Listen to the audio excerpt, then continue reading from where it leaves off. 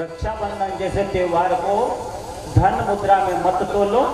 भगवान स्वयं नारायण ने बलि से कहा है कि रक्षाबंधन भाई बहन का सात्विक प्यार के बंधन की निशानी है और आज का दिन रक्षाबंधन होगा। अब अपनी बात, अब अपन कौन है? ये तो हो गया भाई बहन की बात। और बलि और भगवान नारायण कौन है? जीजा, अरे बोलो ना, है ना? अब अपनी बात, अब अपनी बात ऐसे, राजा बलि तुमने समस्त त्रिलोकी का दान किया है, तुम्हारा दानी नाम अंकित होगा। और आज साथ लक्ष्मी जी के यहां मुझे आना पड़ा, इसलिए राजा बलि जब कभी भी पंडित जी, विप्र, ब्राह्मण लोग यदि किसी यजमान के हाथ में एक मौली का धागा बांध देंगे, जिसमें गांठ लगा देंगे, तुम्हारे नाम का उच्चारण करके यदि उनके हाथ में मौली बंध जाए, उस मौली की रक्षा का भार मुझ पर होगा। इसलिए मौली बांधते हैं बलि का नाम लेकर के, और बलि का नाम लेकर के जिसके कलाई में रक्षा बंधी है, स्वयं नारायण उनकी रक्षा करते। बोली भक्तवत्सल भगवान की जय, लक्ष्मी नारायण भगवान की जय। लक्ष्मी नारायण के बाद कथा सुंदर आती है। सत्य व्रत के लिए भगवान को मत्स्य अवतार धारण करना पड़ा। मनुष्य का जीवन मछली की तरह, मत्स्य अवतार भगवान नारायण का एक अवतार है, मत्स्य अवतार। छोटे छोटे बच्चे उस गीत को गाते हैं। और आजकल के बच्चों को जितने छोटे छोटे बच्चे हैं, दो चीज बड़ी अच्छी उनके जीवन में अच्छा लगता है। एक है मोबाइल, छोटे छोटे बच्चे, छोटे छोटे इतना हुआ ही नहीं कि वो मोबाइल का गाना सुनने में, और दूसरा उनको डांस कार्टून वाला बड़ा मजा आता है उनको देखने में। छोटे बच्चे वो बोलते ना, मछली जल की रानी है। मछली का मतलब जानते हो क्या है? नारद जी का गुरु मंत्र है ये शब्द मछली। एक केवट ने कान में नारद जी को बोला था मछली। मछली का मतलब क्या है जानते हो? जैसे शरीर आत्मा के बिना, आत्मा यदि निकल जाए शरीर कोई काम का नहीं, श्वास निकल जाए तो कोई काम का नहीं। यदि मछली पानी से बाहर हो जाए तो तड़प जाएगी, ऐसी तड़प जाएगी कि मर जाएगी। वैसे हमारा एक पल भी श्वासों के बिना और परमात्मा के बिना नहीं बीतना चाहिए। और परमात्मा के बगैर हमारा समय बीतना मतलब पानी में से मछली का बाहर निकलना जैसे तड़पती है। मछली का मतलब यह मन, मछली म मतलब मन, छ मतलब छाया, और ली इस मन ने परमात्मा रूपी परम आश्रय लिए। इस मन ने परमात्मा की शरण ली, अर्थात मछली है। इसलिए कहा गया है मराठी महाराष्ट्र के भूमि है, महाराष्ट्र के संतों की भूमि, महाराष्ट्र के संत की भूमि कहते हैं पाण्यातला मासा झोप घेतो कसा, जावे ज्यांच्या वंशा तेव्हा कळे। जब जो व्यक्ति जो कार्य करता है, दूसरों का कार्य देख करके लगता है कि वो कार्य बड़ा अच्छा कर रहे हैं, बड़ा अच्छा काम है, लेकिन जब उस व्यक्ति के उस कार्य पे जाओ तो पता चलता है नहीं रे भैया, जिसका काम उसको ही ठीक है, दूसरा काम नहीं कर सकता। दूसरे का काम हमको भले अच्छा लगता है, लेकिन जब उसकी जगह पर जब हम आ जाएं तो पता चलता है नहीं रे भैया, उनका काम उनके लायक ही योग्य है। कुछ लोग कहते हैं कि गुरुजी का काम बड़ा अच्छा है। गुरुजी आ जाते हैं, बैठ जाते हैं, कथा सुनाते हैं और दक्षिणा लेते और चले जाते हैं, है ना? यही भाव है ना? पर गुरुजी क्या करते, रात भर क्या करते रहते, कौन सी चौपड़ी कहाँ खोलते रहते हैं, कौन सा ज्ञान कहाँ से खोलते रहते, कितना पढ़ते रहते, वो गुरुजी जाने।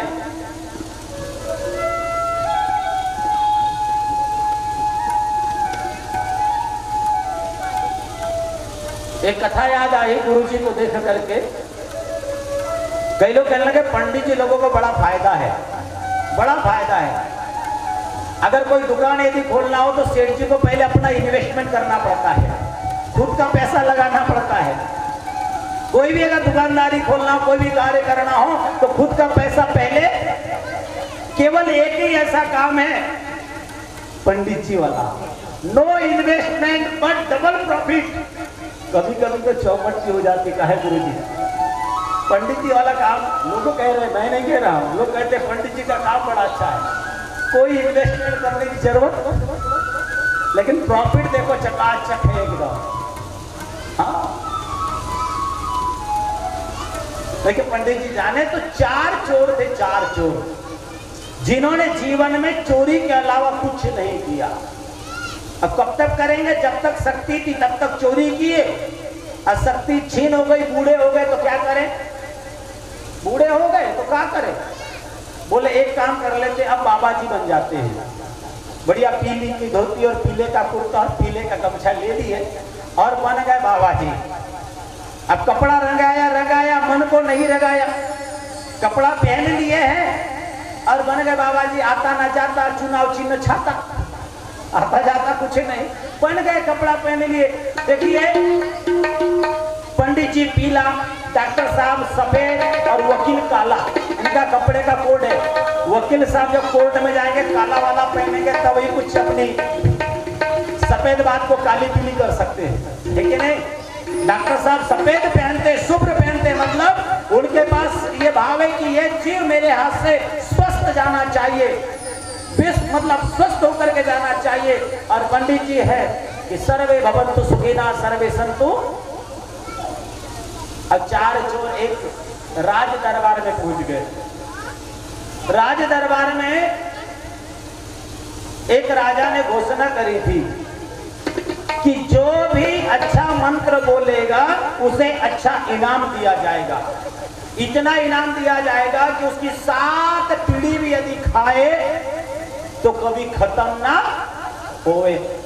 तो सब बड़े बड़े देश राजा आए, देश देश के संत महंत महात्मा सब लोग आ गए, गुरु जी भी गए, सब लोग आ गए। अब 7 पीढ़ी खाए गुरु जी तो कौन न जाए, बैठ के खाने मिलेंगे 7 पीढ़ी तक। तो चले गए, हम भी चले गए। और जाने के बाद वो 4 चोर भी आ गए। अब सब ने एक एक मंत्र बोलना शुरू किया। महाराज जी रहे तो गायत्री मंत्र का पाठ किए, एक आए तो राम जी का मंत्र बोले, एक महात्मा आए तो शंकर जी का मंत्र बोले, एक आए तो देवी जी का मंत्र बोले। जितने जो आए थे सबने मंत्र बोले। बारी आई 4 चोर की। 4 चोर घबराने लगे, आता ना जाता, कुछ भी नहीं आता, कहाँ बोले। तो पहले वाले ने डर डर के मंत्र बनाया। पहले वाले ने मंत्र बनाया, राजा पूछे क्या बताऊं, राजा पूछे क्या बताऊं। पहले वाले ने क्या बनाया? राजा पूछे क्या बताऊं। दूसरे वाले की बारी आई, दूसरे वाले ने डर डर के मंत्र बनाया। कौन सा मंत्र बनाया? दूसरे वाले ने मंत्र बनाया, जैसे तुम वैसे हम, जैसे तुम वैसे हम। तीसरे वाले ने मंत्र कौन सा बनाया जानते हो? तीसरे वाले ने मंत्र बनाया, भैया ऐसा कब तक चलेगा, ऐसा कब तक चलेगा, ऐसा कब तक चलेगा, ऐसा कब तक चलेगा, ऐसा कब तक चलेगा, ऐसा कब तक चलेगा। और चौथे वाले ने इधर साइड में जा रही है, जय हो।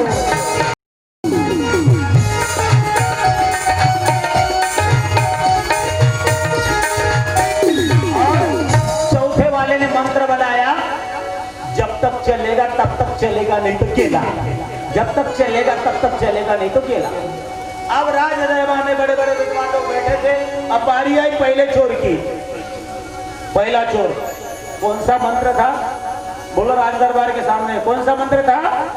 पहले राजा का मंत्र था, राजा पूछे क्या बताऊं, राजा पूछे। ये कौन से वेद में लिखा है? और राठौड़ जी कहाँ लिखा है?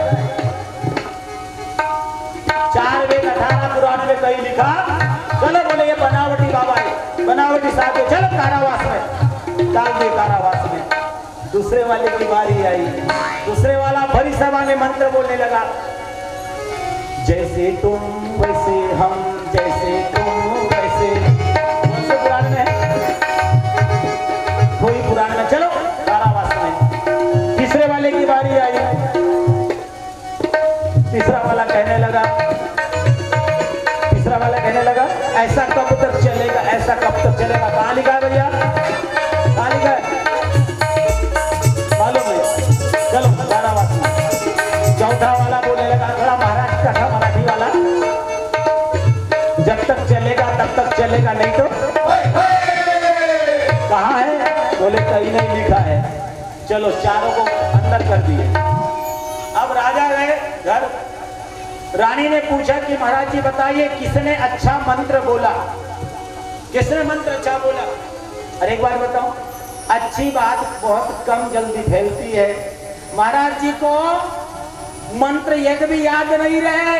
किसी ने गायत्री मंत्र बोला था, किसी ने अच्छे अच्छे मंत्र बोले थे, वो बात याद में है, ये वाली बात याद में है, ये पहले वाले की है। 4 लोगों की बात याद में है। बोले क्या बताओ देवी, 4 पुरुष आए थे, इन्होंने ऐसी बात कही कि न वेद की थे, न पुराण की, न शास्त्र की, न कहीं की, अंदर कर दिया मैंने। रानी ने कहा क्या कहा, मंत्र याद है? बोले हाँ। पहले वाले ने कहा जैसे राजा पूछे क्या बताऊं। दूसरे वाले ने कहा जैसे तुम वैसे हम। तीसरे वाले ने कहा ऐसा कब तक चलेगा। चौथा वाला कहने लगा जब तक चलेगा तब तक चलेगा, नहीं तो गेला। रानी कहने लगी महाराज जी जितने भी आए थे सबने रटा रुटाया मंत्र बोला, लेकिन इन चारों ने पूरी रामचरित मानस का पाठ कर डाला।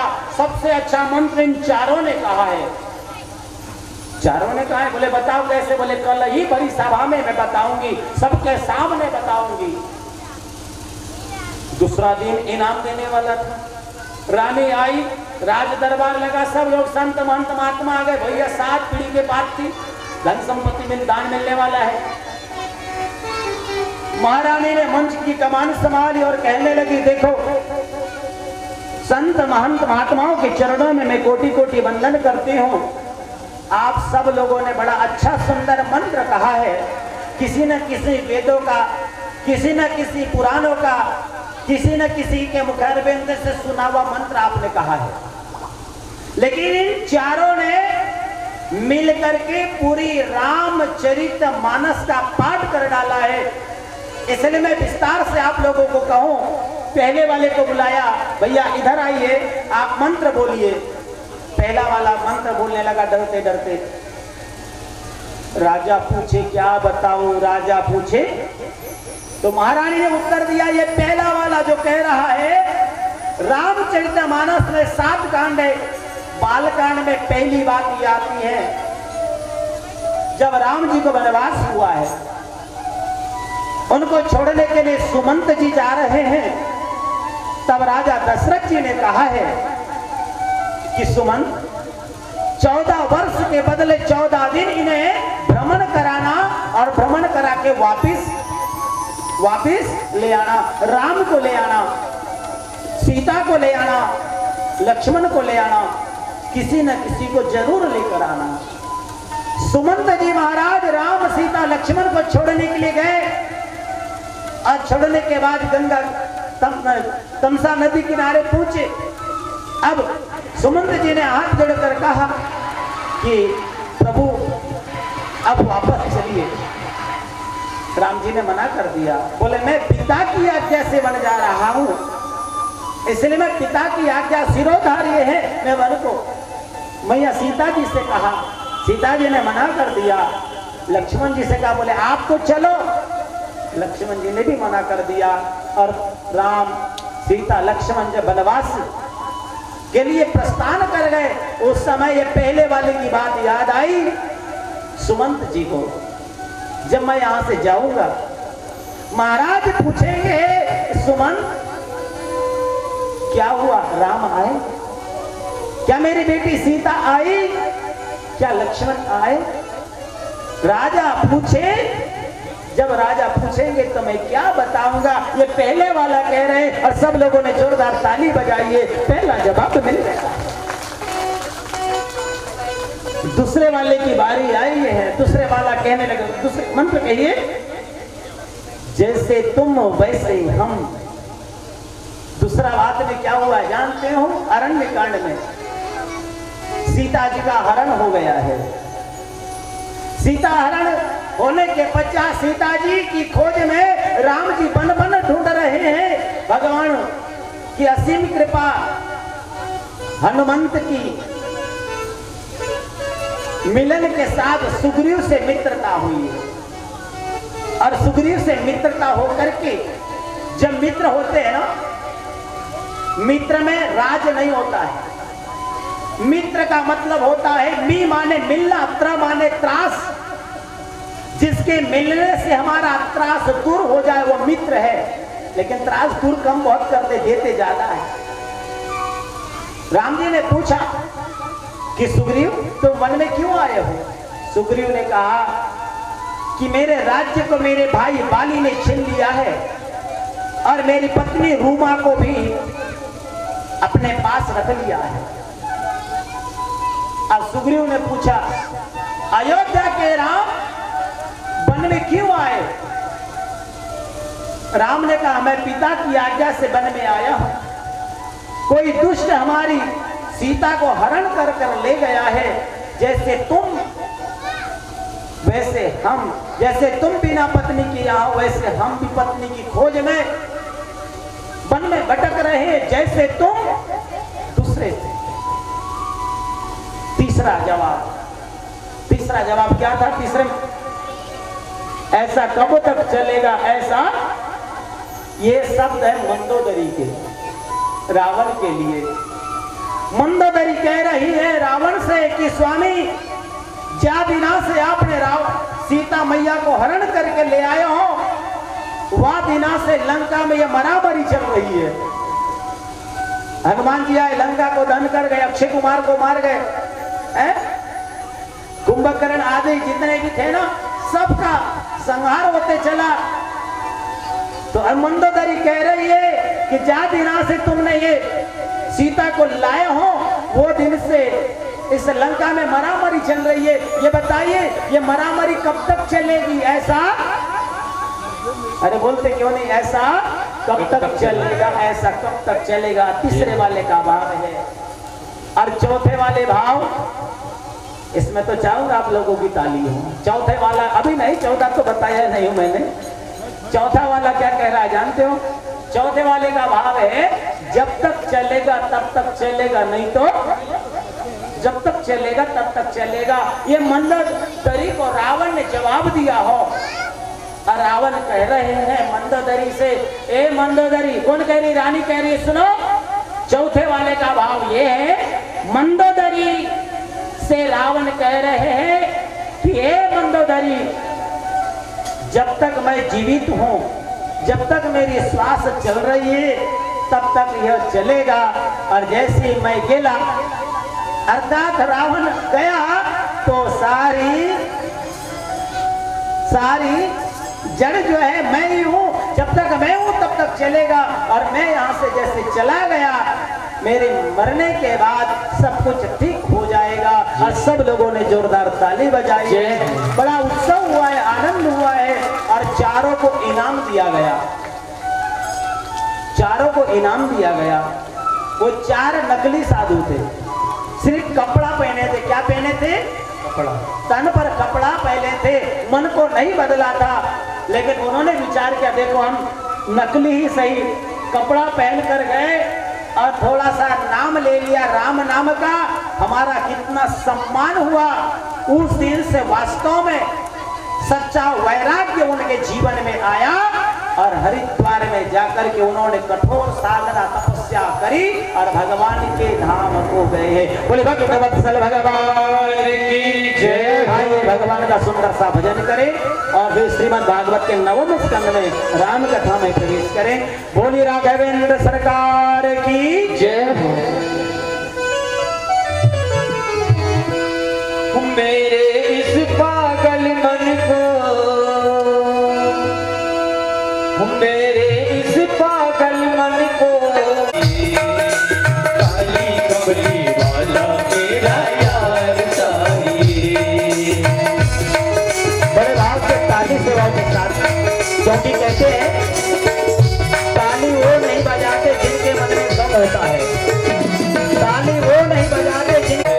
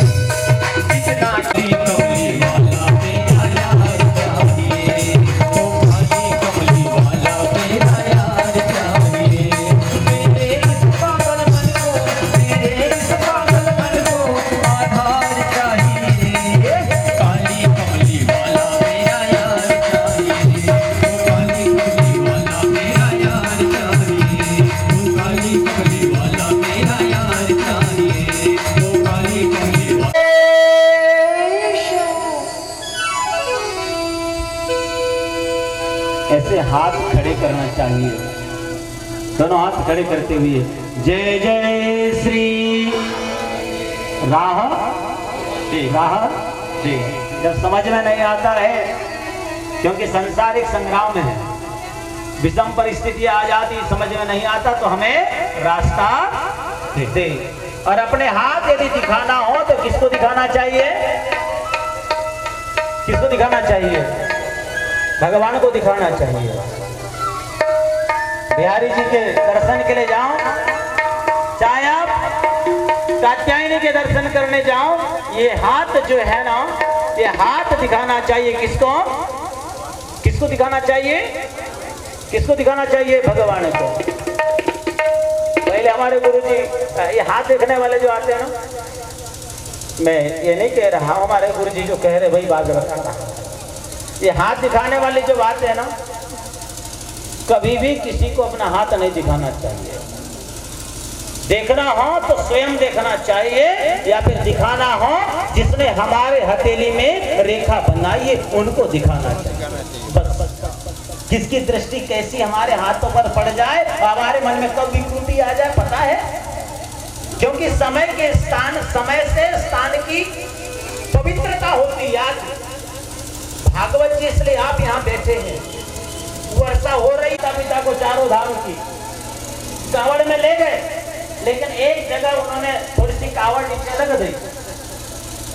फिर मन में विचार आया कि है मैं पागल, ये बूढ़े माँ बाप को चारों धाम की यात्रा करने मैं ले जाऊं, क्यों ले जाऊं? मन में आया एक क्षण के लिए, लेकिन थोड़ा समय शांत होकर के मंथन किया, फिर उठाए कावड़, फिर चल दिए।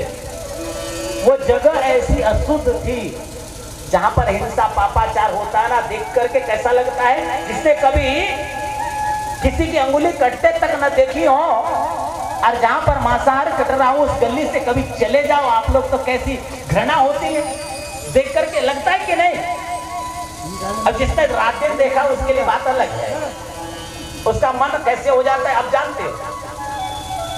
जगह जगह की महिमा है, स्थान की महिमा है। आज साक्षात भागवत भगवान यहाँ बैठे, इसलिए सब लोग यहाँ बैठे हैं। वो मेरी कृपा नहीं है, वह स्वयं भागवत की कृपा है, भगवान की कृपा है, इसलिए आप सब यहाँ बैठे हैं। जगह जगह की महिमा कहते, जाग्या जाग्या की महिमा।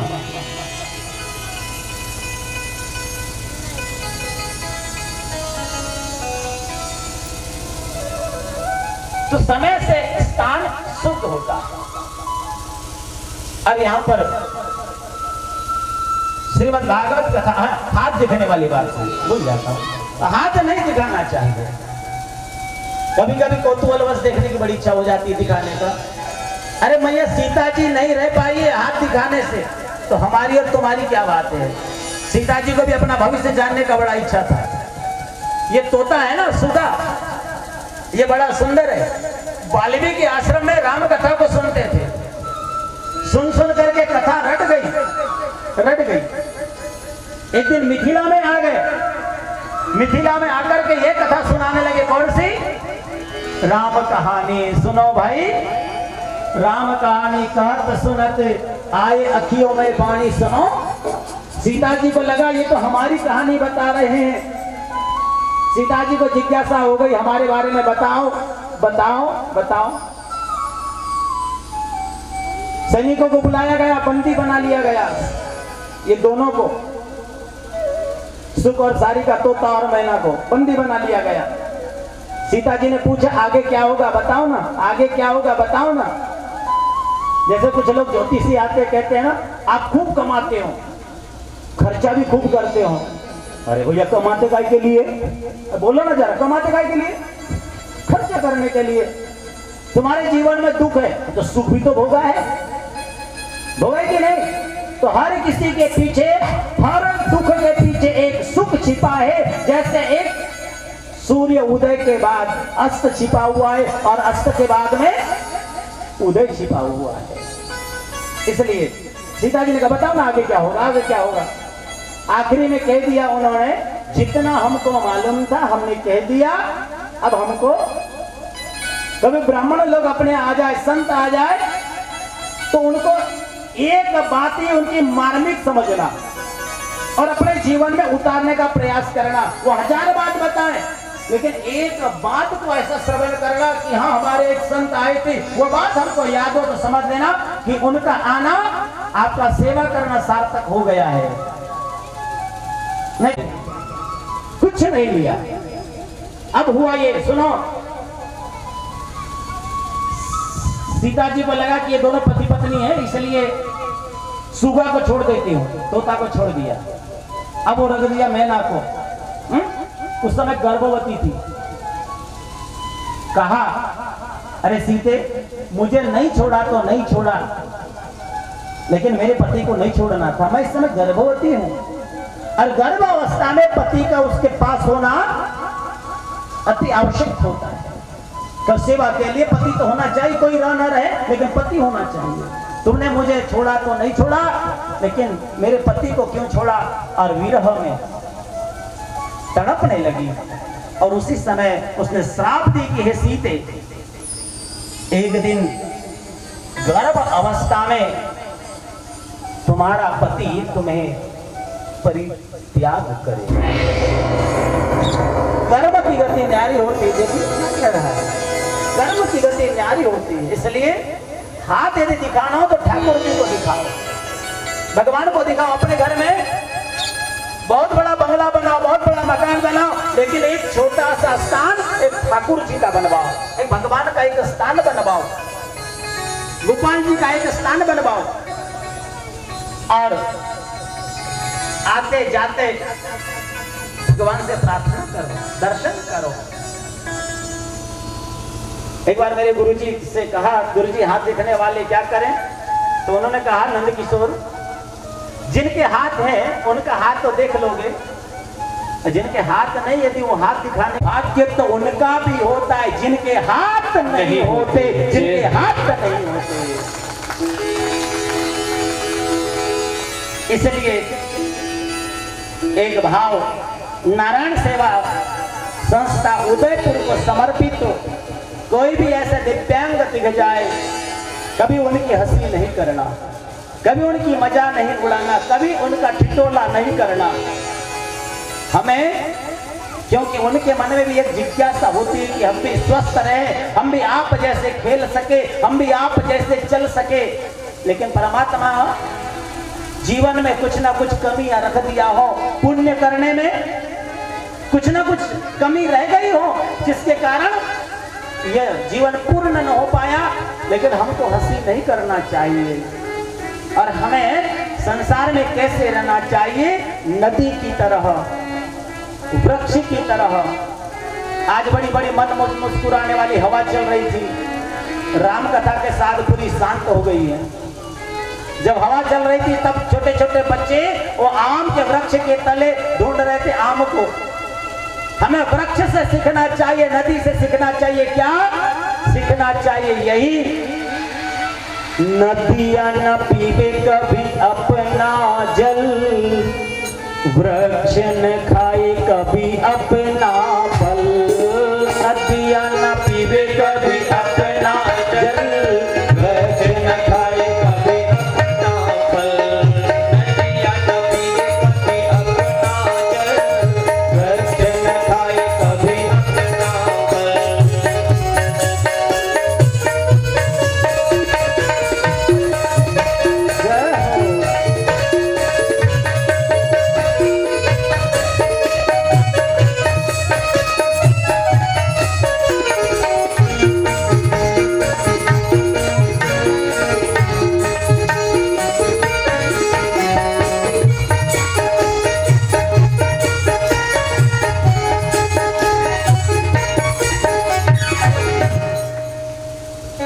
जब जग में भलाई के काम, तेरे दुख दूर करेंगे राम।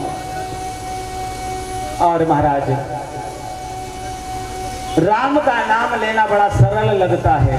कृष्ण का नाम लो, राम मतलब एक सरल राम। राम जी को आप देखेंगे तो एकदम सरल खड़े आपको नजर आवेंगे, और कृष्ण जी को आप देखेंगे तो नाम ही टेढ़ा है, लेने में ही कृष्ण नाम ही टेढ़ा है और है भी टेढ़े।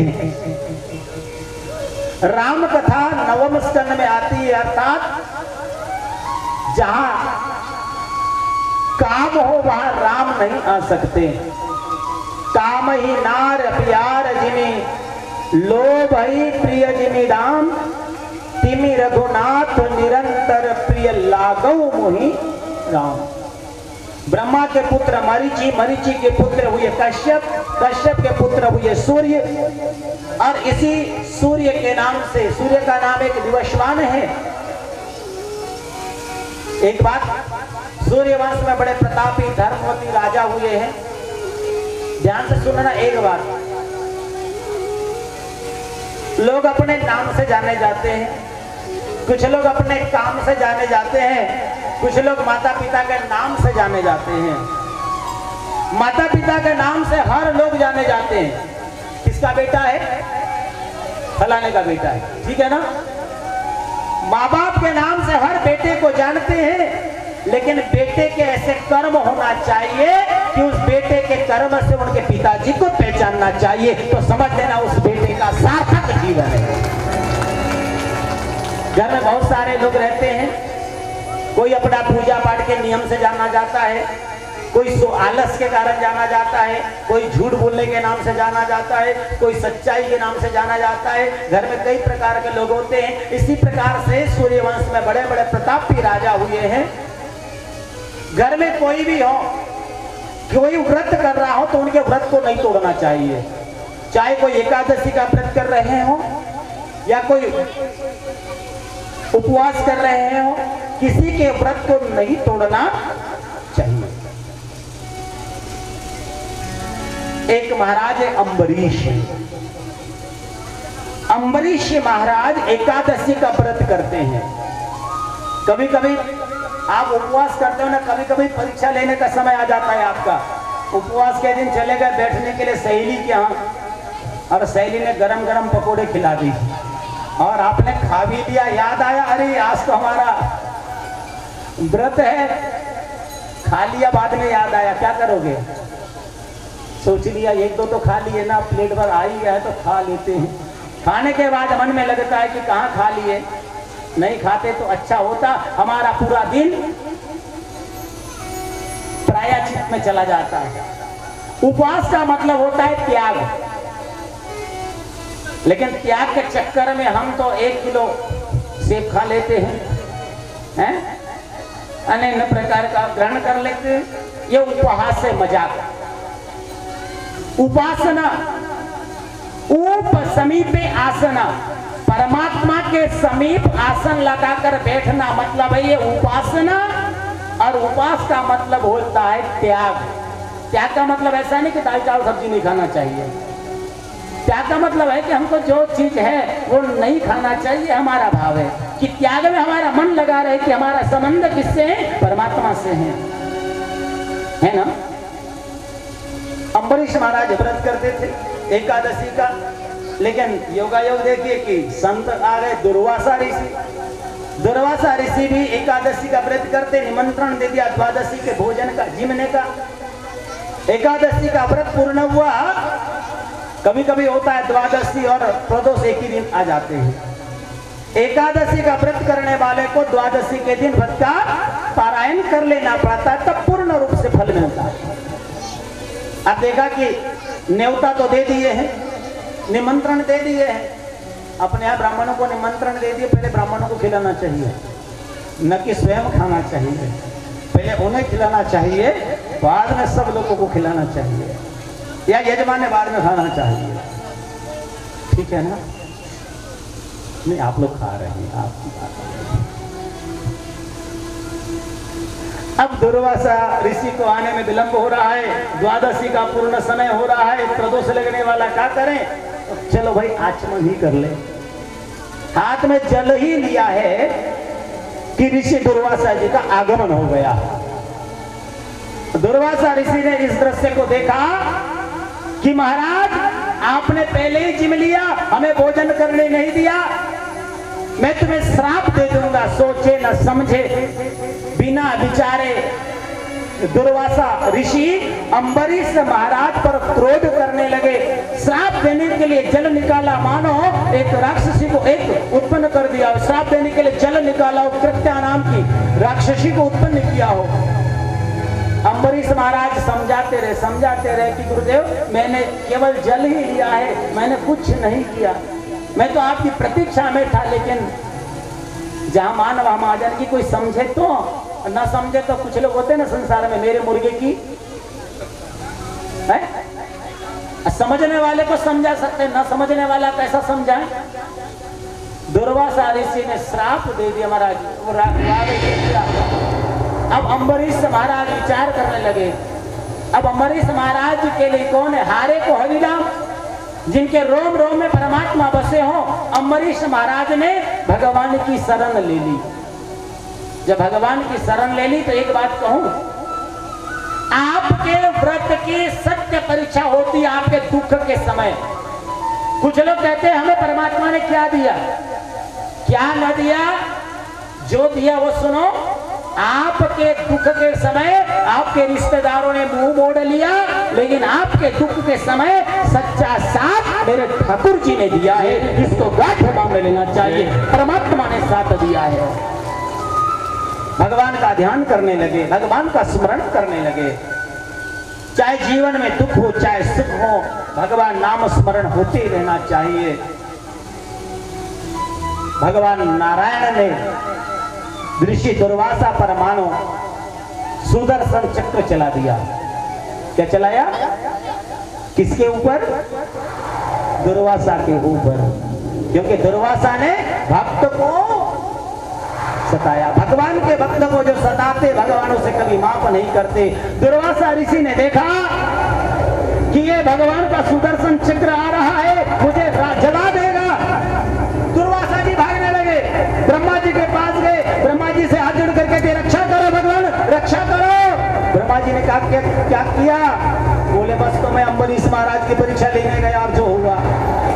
नहीं कर सकते। भगवान शंकर के पास गए, भगवान शंकर जी ने कहा ना बाबा, हम तुम्हारी रक्षा नहीं कर सकते।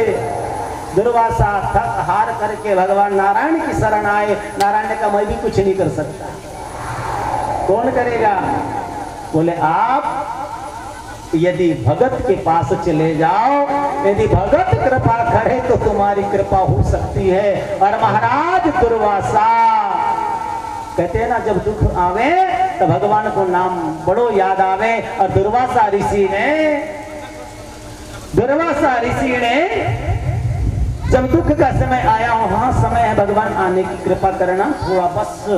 जब दुख का समय आया हो तो सही में भगवान की नाम, भगवान का स्मरण होता है। इसलिए कहते हैं दुखों से अगर चोट खाई न होती, प्रभु जी तुम्हारी याद आई न होती। जब रास्ते से चलते हैं पाँव में ठेस लग जाती, वही माँ याद आ जाती। जब दुख का समय होता है तो हमें ठाकुर जी याद आते हैं। बड़े भाव से हम सब गाते हैं। दुखों से अगर चोट खाई न होती, प्रभु जी तुम्हारी याद आई न होती। दुखों से अगर चोट खाई न होती, तुम्हारी प्रभु याद आई न होती। दुखों से अगर चोट खाई न होती, तुम्हारी प्रभु याद आई न होती। तुम्हारी प्रभु याद आई न होती। तुम्हारी प्रभु याद आई न होती। बड़े भाव से ताली सेवा के साथ ठाकुर जी को जल्दी बुलवाएंगे, ताली सेवा देते रहिए। जय हो।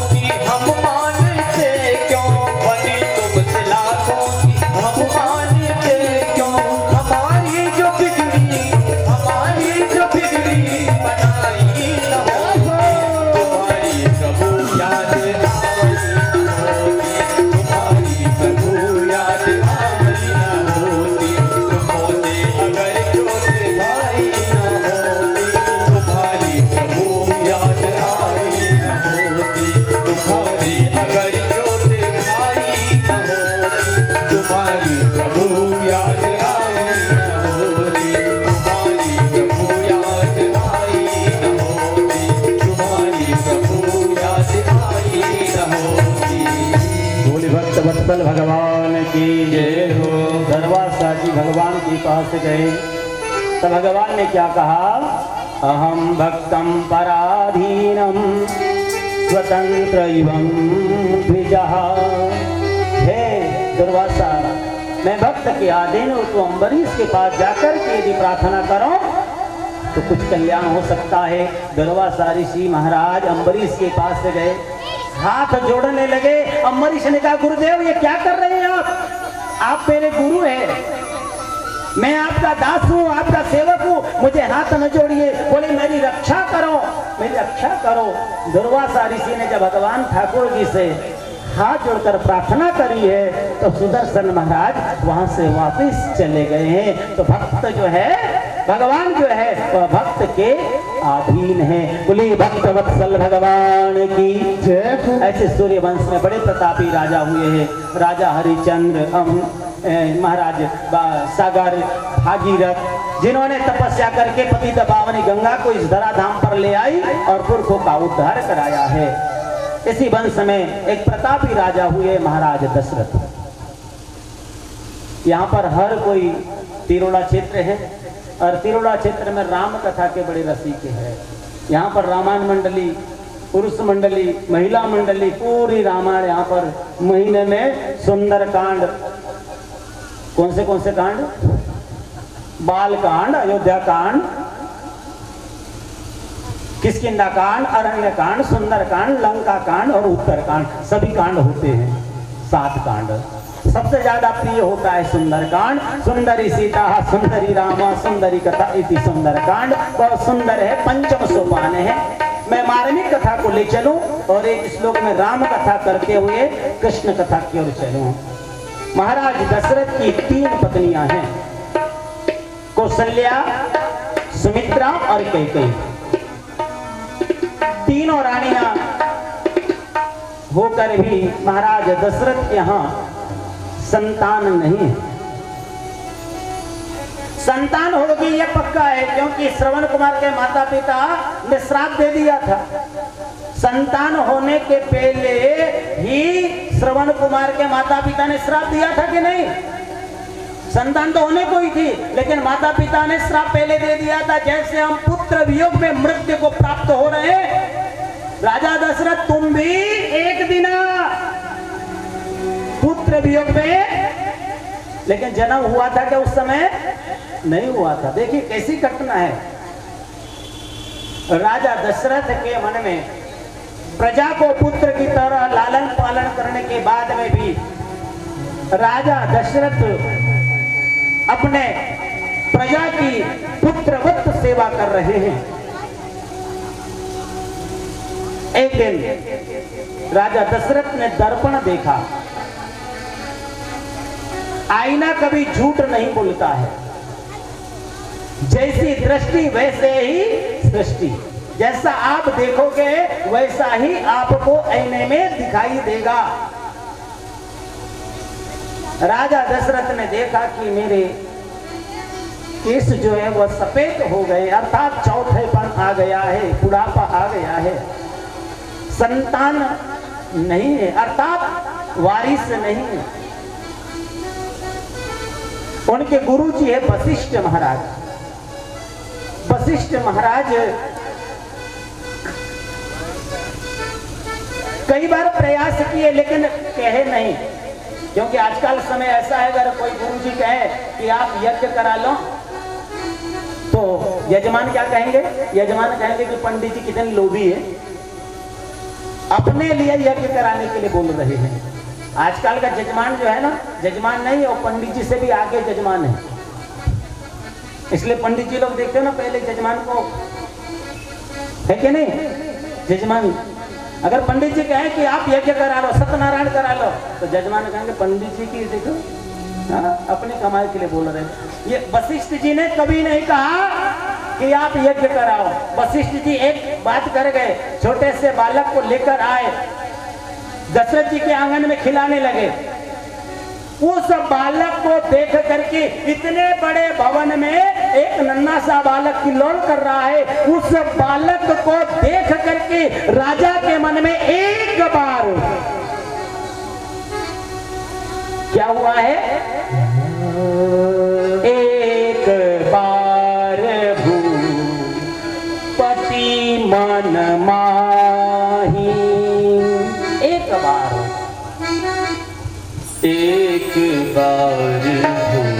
भूपति मन माही, एक बार भूपति मन माही, है गलानी मोरे सुत जाही, है गलानी मोरे सुत जाही, गुरु ग्रह तुरंत गया हूँ महिपाला, चरण लागी खरी विनय विशाला, गुरु ग्रह तुरंत गया हूँ महिपाला, चरण लागी खरी विनय विशाला, एक बार भूपति मन माही, है गलानी मोरे सुत जाही।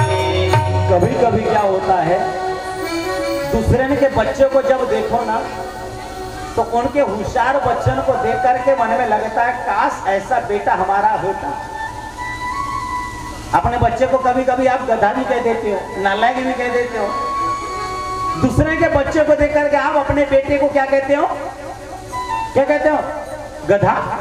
कभी अपने बेटे को गधा नहीं कहना, कभी नहीं कहना। आज तक कहे कोई बात नहीं, लेकिन आज के बाद नहीं कहना, क्योंकि आप भागवत सुन के जा रहे हो। क्योंकि गधा कौन है? गधा कौन है? गधा माता शीतला जी का वाहन है। बोली शीतला मैया की जय। और गधा कौन है? अपने बेटे को कभी गधा मत कहना। अगर गलती से आपने बेटे को गधा कह दिया और हमने सुन लिया, क्या कहा अपने बेटे को? क्या कहा? क्या कहा? बोलो ना। दूसरा का बच्चा को देख करके आपने अपने बेटे को कल्पना करते गधा कहीं का। और ठीक है जी, आपका बेटा गधा, तो गधा की मम्मी कौन? उस बालक की मम्मी कौन? अरे बोलो ना, अपने आप को बोलना पसंद करोगे? क्योंकि उसकी माता जी कौन होगी भाई? गधे की मम्मी कौन होगी? इसलिए कभी मत बोलना। और गधा कौन है? ग माने गलत और धा मतलब धारणा। जिसकी गलत धारणा वो एक नंबर का गधा है। तो दूसरों के बच्चों को देख करके मन में गलानी होती, काश ऐसा बेटा हमारे घर होता है। लगता है कि नहीं? उसी प्रकार महाराज दशरथ जी ने अपने आंगन में एक नन्हे से बालक को देख करके एक मन में आया, ग्लानि आई। जब मन में दुख हुआ हो तो कहां जाना चाहिए? ध्यान से सुनना, गुरु के यहां जाना चाहिए। आजकल के लोग जो गुरु भी नहीं जानते और मंदिर भी नहीं जानते, इसलिए विचार आता है कि जाकर के जहर खा करके मर जाना चाहिए। और ऐसे कौन करते हैं? जिनके जीवन में गुरु नहीं है, जिन्होंने सत्संग नहीं सुना, जो कभी मंदिर नहीं गए, वो ऐसे विचार करते हैं। जैसे सुनो, कोयला कैसे होता है दिखने में, लिखने में? बोलते जाओ, हाथ लगाओ तो। लेकिन वो कोयला अग्नि में चले जाए, आग में चले जाए तो कैसे दिखता है? लाल हीरे के जैसे चमकने लगता है। अरे जीवन है तो दुख आएगा, जीवन है तो दुख आएगा। दुख से लड़ना सीखो। भागवत में जाते हो, भगवान से कभी सुख नहीं मांगना और न संपत्ति मांगना। भगवान से एक ही चीज मांगना कि मनुष्य तन मुझे मिला है परमात्मा, मेरे जीवन में दुख आएंगे। दुख चाहे छोटे हो, चाहे दुख चाहे बड़े हो, मुझे उस दुख से शक्ति देना, मुझे उस लड़ने का हिम्मत देना उस संसार में। क्योंकि संसार में रुलाने वाले बहुत मिलते हैं, रुलाने वालों की कमी नहीं है। कोई पैसा दिखा दिखा कर रुलाता है, कोई कटु शब्द बोल बोल कर रुलाता है, कोई बड़प्पन दिखा कर रुलाता है, कोई अपना बड़बोलापन बोला कर दिखा कर रुलाता है। संसार में रुलाने वालों की कमी नहीं है, कमी है तो बस हंसाने वालों की कमी है। आपकी छोटी सी बात से अगर कोई हंसने लग जाए तो समझ लेना आपको आनंद हो गया। अगर किसी की दुख की निवृत्ति यदि आपके चले जाने से हो जाती है, आपका कितना भी समय हो, आप उसके दुख की निवृत्ति के लिए उसके द्वार पर खड़े हो जाइए। हो उसके खुशी का कोई ठिकाना नहीं रहेगा। ये सच्चाई है। जब जीवन में दुख आ जाए तो गुरु के यहाँ जाना चाहिए, और गुरु वशिष्ठ के यहाँ पर महाराज दशरथ जी गए। दशरथ जी ने आज अपने मन की ग्लानि का भाव बताया है कि गुरुदेव, आज मेरे मन में बड़ा दुख आया है।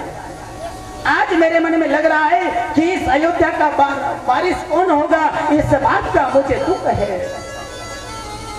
वशिष्ठ जी कहते हैं, इसी बात की तो प्रतीक्षा थी कि महाराज आप कब कहें। महाराज आप पुत्र कामेष्ट यज्ञ कराइए। तो बोले तुरंत कराइए, कल से कराइए। बोले लेकिन मैं नहीं करा सकता। ध्यान से सुनना, आज के लोग कैसे हैं, मैं सब कर लूंगा कहते हैं। सब जो नहीं आता वो भी कहते हैं मैं कर लूंगा, जो नहीं भी आता वो मैं कर लूंगा। लेकिन वशिष्ठ जी ने कहा ये मुझसे नहीं होगा। आप ऐसे ऋषि के द्वारा यज्ञ कराइए जिसने अपनी माँ का दूध न पिया हो। बोले कौन है गुरुदेव, आप ही बताओ। तब श्रृंगी ऋषि वशिष्ठ बुलावा, पुत्र काम शुभ यज्ञ करावा। जय सिया रामा, जय जय सिया रामा। श्रृंगी ऋषि वशिष्ठ बुलावा, पुत्र काम शुभ यज्ञ करावा। जय सिया रामा, जय जय सिया रामा। जय हो।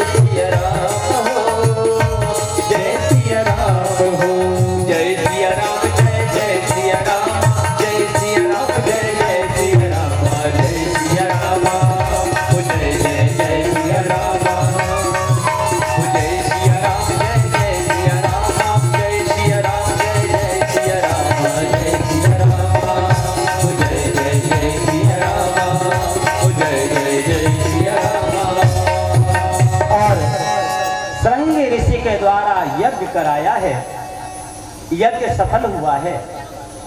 और अग्नि देव से युक्त चद युक्त खीर तीनों रानी को बांट दिया गया।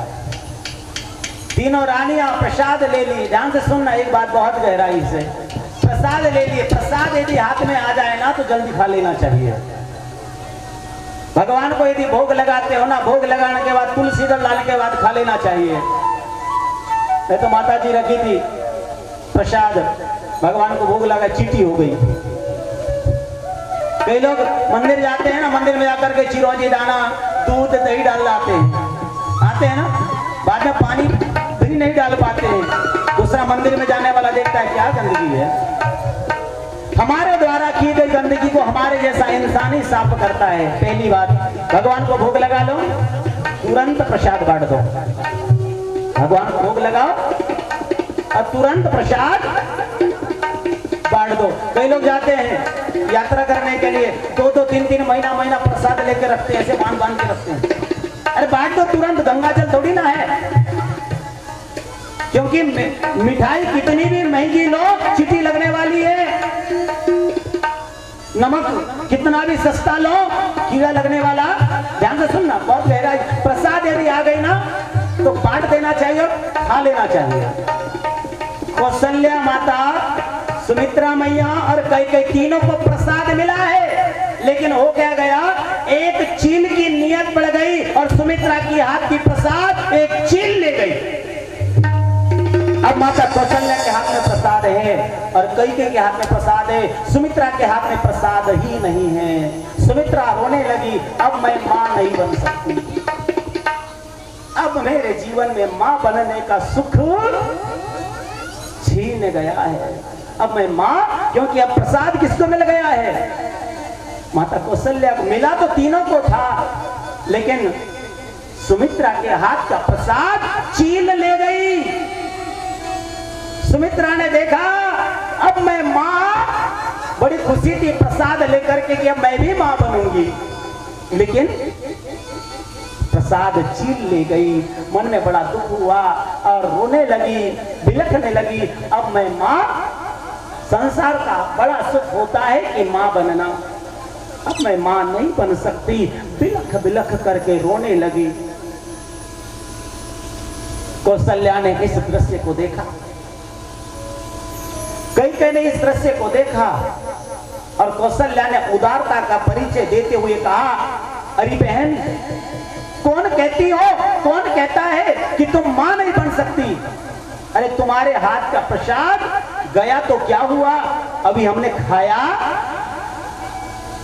अभी हमने खाया नहीं है, हमारे हाथ में जो रखा है। कौशल्या ने एक अर्धभाग सुमित्रा के हाथ में धर दिया। अरे कौन अपने भाग का फल देता है क्या? अरे देता है क्या? कौशल्या ने अर्धभाग सुमित्रा को दे दिया। कैकेयी ने भी कहा, अरे बहन, मैंने भी तो फल नहीं खाया है, मैंने भी तो प्रसाद नहीं खाई है, मेरे हाथ में है। कैकेयी ने भी आधा फल सुमित्रा को दिया है और सुमित्रा के आंखों में अश्रु आ गए कि बहन, मैं तो मां नहीं बनने वाली थी, इससे यदि मुझे संतान होगी, बहुत संतान, ये देखो सौतन का लोग हमेशा विरोध करते हैं, सौत से झगड़ा करती, ईर्षा करती है, लेकिन एक सौतन ने कैसा परिचय दिया है, अर्थात कैकेयी ने, कौशल्या ने और सुमित्रा ने कैसा भाव लाया है। देखे, अपना भाग का प्रसाद सुमित्रा को दिया है और सुमित्रा ने उसी समय प्रण कर लिया कि ये मेरे लाल नहीं, इससे यदि मुझे 2 लाल हुए तो एक आपके बेटे के सेवा में लगा दूंगी और एक आपके बेटे के सेवा में लगा दूंगी, मेरा कुछ नहीं होगा। बोले भक्त वत्सल भगवान की यह भाव है। उदार मन वाले ज्ञान ढूंढते हैं, संकीर्ण मन वाले केवल त्रुटियां ढूंढते हैं। अभी अभी बड़े राम कथा करके आए हैं, बड़ी सुंदर विस्तार से राम कथा करटी में किए हैं। अभी रामनवमी के पर्व पर राम जी की स्थापना में महाराज जी उस समय थे, 19/4/19 को राम जी विराजे और ऐसी राम कथा जो हुई, बड़ी विस्तार से राम कथा किए हैं, वहीं से ये मर्म लिए थे। बहुत सुंदर भाव था उसमें। और कौशल्या मैया गर्भवती हुई, तीनों रानियां गर्भवती हुई और समय आ ही गया है। चैत्र का महीना है, शुक्ल पक्ष है और बराबर है दिन के 12 बजे श्री राघवेंद्र सरकार का प्रकट हुआ है।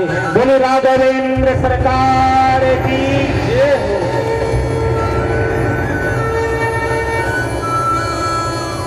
प्रगट कपाला दीन दयाला कौशल्या ही कृपा। आप लोगों को याद है, सभी लोग